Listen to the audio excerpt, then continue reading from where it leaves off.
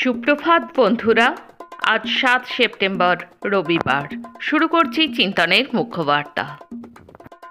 প্রথমেই আন্তর্জাতিক খবর। মায়ানমারের কারারুদ্ধ নেত্রী আং সান সু চির গুরুতর অসুস্থতার খবর দিয়েছেন তার ছেলে কিম আরিশ। তিনি জানিয়েছেন ৮০ বছর বয়সী সু চির হৃদরোগের সমস্যা মারাত্মক আকার ধারণ করেছে এবং তাৎক্ষণিক চিকিৎসা না পেলে তাঁর জীবনে ঝুঁকি পড়তে পারে।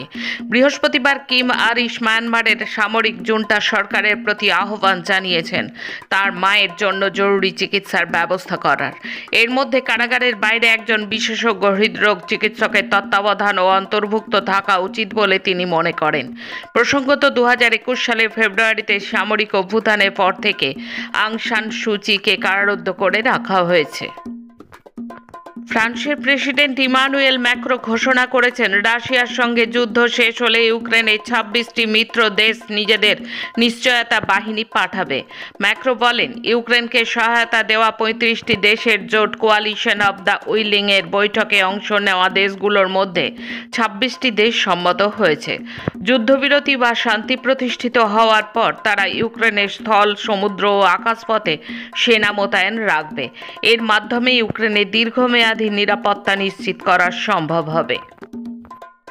প্যালেস্তাইনের গাজায় চলমান মানবসৃষ্ট মানবিক সংকট দ্রুত শেষ করতে বিশ্বের ৪,০০০-এর বেশি বিজ্ঞানী ইসরায়েল সরকারের প্রতি আহ্বান জানিয়েছেন। এক যৌথ বিবৃতিতে এই আহ্বান জানানো হয়েছে। বিবৃতিতে স্বাক্ষরকারী বিজ্ঞানীদের মধ্যে ১৪ জন নোবেল জয়ী এবং ৫ জন ফিল্ডস মেডেল প্রাপ্ত গণিতবিদ আছেন। বিবৃতিতে বলা হয়েছে, গাজার মানবিক সংকট ক্রমাগত বাড়তে থাকায় আমরা গভীরভাবে উদ্বিগ্ন। খাবারের কৃত্রিম সংকট তৈরি করে এক ধরনের দুর্ভিক্ষ পরিস্থিতি তৈরি করার বিষয়টি আমরা মেনে নিতে পারছি না। গ্লোবাল সমুদ্র ফ্লটিলা ত্রাণ ভর্তি জাহাজ গাজার দিকে যাত্রা অব্যাহত রেখেছে। তাদের লক্ষ্য হলো ইসরায়েলের দীর্ঘদিনের অবরোধ ভেঙে সেখানে সাহায্য পৌঁছানো, যেখানে এরই মধ্যে আনুষ্ঠানিকভাবে দুর্ভিক্ষ ঘোষণা করা হয়েছে। গত রবিবার স্পেনের বার্সেলোনা থেকে জাহাজগুলো যাত্রা শুরু করে। খারাপ আবহাওয়ার কারণে তারা প্রথমে ফিরে যায়, পরে সোমবার আবার যাত্রা শুরু করে। ঝড়ের পর মেনরকায় জাহাজগুলো কিছু মেরামতি কাজ সম্পন্ন করে। বৃহস্পতিবার তিউনিসিয়ার উদ্দেশ্যে আবার যাত্রা শুরু করে। আফগানিস্তান আবারও কেঁপে উঠল ভূমিকম্পে। আফগানিস্তানের পূর্বাঞ্চলে শক্তিশালী ভূমিকম্পের পর উদ্ধার কর্মীরা এখনও ঘরবাড়ির ধ্বংসস্তূপ থেকে মরদেহ খুঁজে বের করছেন। এ পর্যন্ত সর্বশেষ সরকারি হিসেব অনুযায়ী মৃতের সংখ্যা ২,২০৫ জনে দাঁড়িয়েছে। আহত হয়েছেন অন্তত ৩,৬৪০ জন। দুর্গত এলাকায় যোগাযোগ বিচ্ছিন্ন থাকায় এখনও সব জায়গায় ত্রাণ পৌঁছতে পারেনি। ভূমিকম্পের কয়েকদিন পরেও বৃহস্পতিবারও বেঁচে থাকা মানুষজনকে উদ্ধারে এবং ত্রাণ পৌঁছতে যথেষ্ট বেগ পেতে হচ্ছে। থাইল্যান্ডের নতুন প্রধানমন্ত্রী নির্বাচিত হয়েছেন দক্ষিণপন্থী ধনকুবের অনুতিন চানভিরাকুল। শুক্রবার পার্লামেন্টে ভোটাভুটিতে জয় পান নির্মাণ খাতের এই বড় ব্যবসায়ী। চূড়ান্ত দাপ্তরিক ফলাফলে দেখা যায়, ন্যাশনাল অ্যাসেম্বলির ৪৯২ জন আইন প্রণেতার মধ্যে ৩১১ জনের ভোট পান ভূমজয় থাই পার্টির এই নেতা। বর্তমানে রক্ষণশীল বিরোধী দলটি পার্লামেন্টের তৃতীয় বৃহত্তম দল। আসছি দেশের খবরে। মনে হচ্ছে ভারত আর রাশিয়া আমাদের হাতছাড়া হয়ে গেল। ওদের হারালাম। ওদের টেনে নিয়েছে গভীরতম অন্ধকারের দেশ চীন। ওদের ভবিষ্যৎ দীর্ঘ এবং সমৃদ্ধ হোক। শুক্রবার এমনই হতাশ ও শ্লেষের সুর শোনা গেছে মার্কিন প্রেসিডেন্ট ডোনাল্ড ট্রাম্পের গলায়।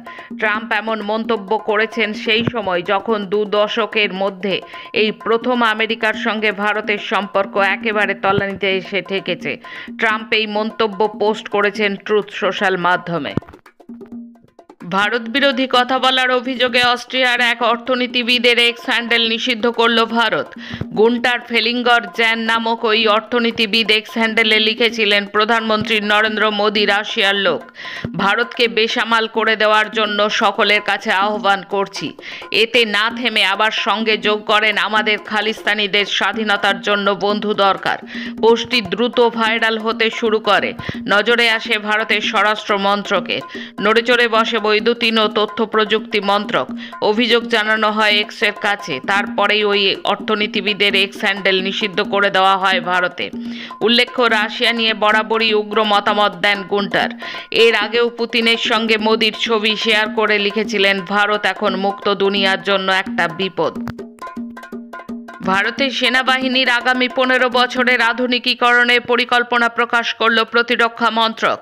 অপারেশন সিন্দুরের 4 মাস পরে প্রকাশিত এই পরিকল্পনায় প্রচলিত যুদ্ধাস্ত্রের পাশাপাশি উল্লেখ রয়েছে কৃত্রিম বুদ্ধিমত্তা, শব্দের চেয়ে বেশি গতিতে চলা প্রযুক্তি এবং পরবর্তী প্রজন্মের যুদ্ধ ব্যবস্থার। নিউ ইয়র্কে রাষ্ট্রপুঞ্জের সাধারণ সম্মেলনে ভারতের অংশগ্রহণের আর 3 সপ্তাহ বাকি নেই। প্রধানমন্ত্রী নরেন্দ্র মোদী নিজে আমেরিকা সফরে যাবেন কিনা ঠিক করে উঠতে পারেননি। রাজনৈতিক সূত্রের খবর, বিষয়টি নিয়ে দ্বিমত রয়েছে। মোদী গেলে আমেরিকার প্রেসিডেন্টের সঙ্গে পার্শ্ব বৈঠক অবশ্যম্ভাবী। ডোনাল্ড ট্রাম্পের ক্রমাগত ভারতকে খাটো করার ভাষ্যের পরিপ্রেক্ষিতে মোদী ট্রাম্পের করমর্দনের ছবি ঘরোয়া রাজনীতিতে ভুল বার্তা দিতে পারে। অন্যদিকে কূটনৈতিক কর্তাদের একাংশ মনে করছেন, মুখোমুখি আলোচনায় কিছুটা সুরাহা হবার সম্ভাবনা রয়েছে। সেক্ষেত্রে বছরের শেষে ভারতে হতে চলা কোয়াড সম্মেলনে ট্রাম্পের আসার সম্ভাবনা বাড়বে। বিহার নির্বাচনের আগেই কেরালা কংগ্রেসের এক সোশ্যাল মিডিয়া পোস্টকে কেন্দ্র করে ক্ষোভ উগরে দিলেন তেজস্বী যাদব। এই নিয়ে কংগ্রেসকে আক্রমণও করছে বিজেপি, যা নিয়ে তীব্র রাজনৈতিক বিতর্ক শুরু হয়েছে। কেরালা প্রদেশ কংগ্রেসের এক বিতর্কিত সোশ্যাল মিডিয়া পোস্টকে কেন্দ্র করে বিহারে আসন্ন বিধানসভা নির্বাচনের আগে তীব্র রাজনৈতিক ঝড় উঠেছে। পোস্টটি মূলত কেন্দ্রের পণ্য ও পরিষেবা কর নীতির সমালোচনার উদ্দেশ্যে করা হয়েছিল, আর সেখানে বিহারকে বিদির সঙ্গে তুলনা করার অভিযোগ উঠেছে। রাজস্থানের জয়পুরে বৃষ্টির জেরে ভেঙে পড়ল বাড়ি। জয়পুরের একটি গয়না তৈরির কারখানায় কাজ করতেন বছর 35-এর প্রভাত। মৃত্যু হয়েছে তার ও তার মেয়ে 5 বছরের পিহুর। মৃত বাবা ও মেয়ে পশ্চিমবঙ্গের বাসিন্দা। জয়পুরের অসামরিক প্রতিরক্ষা বিভাগের সহকারী নিয়ন্ত্রক অমিত শর্মা জানিয়েছেন, ভেঙে পড়া বাড়ির স্তূপে আটকে ছিলেন আরও 7 বাসিন্দা। তাদের উদ্ধার করে হাসপাতালে পাঠানো হয়েছে, চলছে চিকিৎসা। জীর্ণ বাড়িটিতে 19 জন থাকতেন। প্রসঙ্গত, জয়পুর সহ রাজস্থানের বিভিন্ন এলাকায় অবিরাম বৃষ্টি চলছে। কোটায় বাজ পড়ে এক কৃষকেরও মৃত্যু হয়েছে। ভিলোয়ারার একাধিক বসত এলাকায় জল ঢুকে গিয়েছে ঘরের ভেতর। আজমের, উদয়পুর, ভিলোয়ারার মতো একাধিক জেলায় বন্ধ রয়েছে স্কুল। এখন রাজ্যের খবর। প্রাথমিক নিয়োগ দুর্নীতি মামলায় ইডির বিশেষ আদালতে আত্মসমর্পণ করলেন মন্ত্রী চন্দ্রনাথ সিনহা। এদিন সকালে তিনি হাজিরা দেন। ইডির পক্ষ থেকে মন্ত্রীকে হেফাজতে নেওয়ার আবেদন জানানো হয়, কিন্তু আদালত তাকে ব্যক্তিগত 10,000 টাকার বন্ডে জামিন মঞ্জুর করে। আদালত জানিয়েছে, জামিন পেলেও আপাতত নিজের বিধানসভা কেন্দ্র এবং কলকাতার বাইরে আর কোথাও যেতে পারবেন না মন্ত্রী। তদন্তে সহযোগিতা করতে হবে। যতদিন না এই মামলার শুনানি সংক্রান্ত শেষ না হচ্ছে, ততদিন এই নিয়ম মানতে হবে। প্রসঙ্গত, আগস্ট মাসের শুরুতে আদালতে চন্দ্রনাথের বিরুদ্ধে চার্জশিট জমা দেয় ইডি।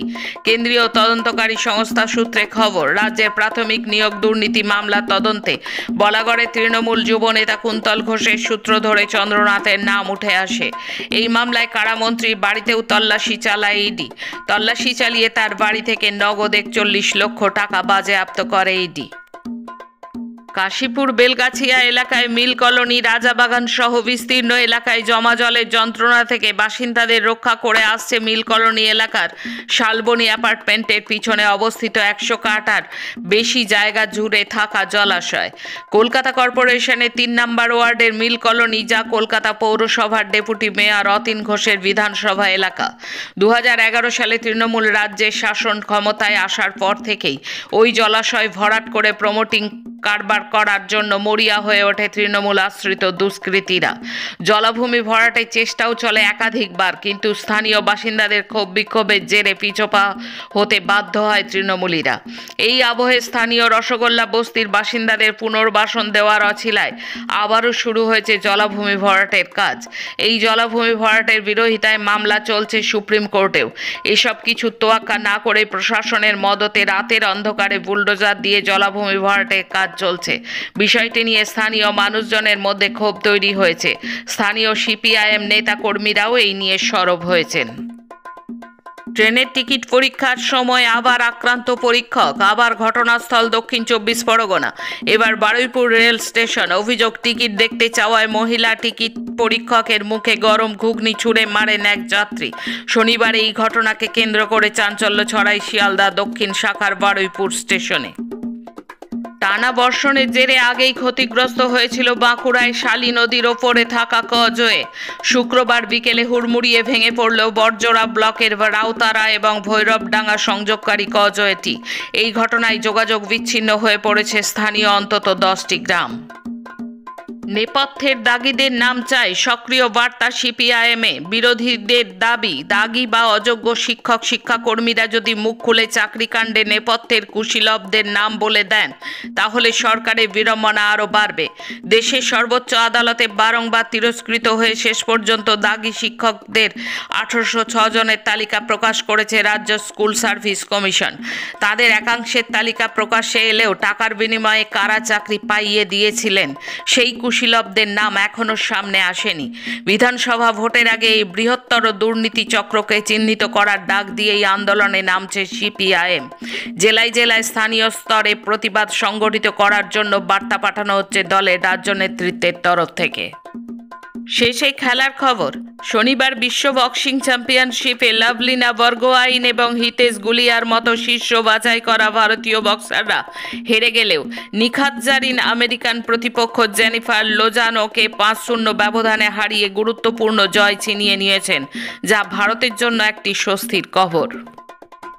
হকি এশিয়া কাপে শনিবার রাজগিরে চীনের বিরুদ্ধে লড়াইকে এক পেশে বানিয়ে দিল ভারত। জিতল 7-0 গোলে। ফাইনালে উঠে গেলেন হরমনপ্রীত সিংয়েরা। রবিবার তারা খেলবেন দক্ষিণ কোরিয়ার বিরুদ্ধে, যারা গতবারের বিজয়ী। আজকের মুখ্য বার্তা এই পর্যন্ত। নমস্কার।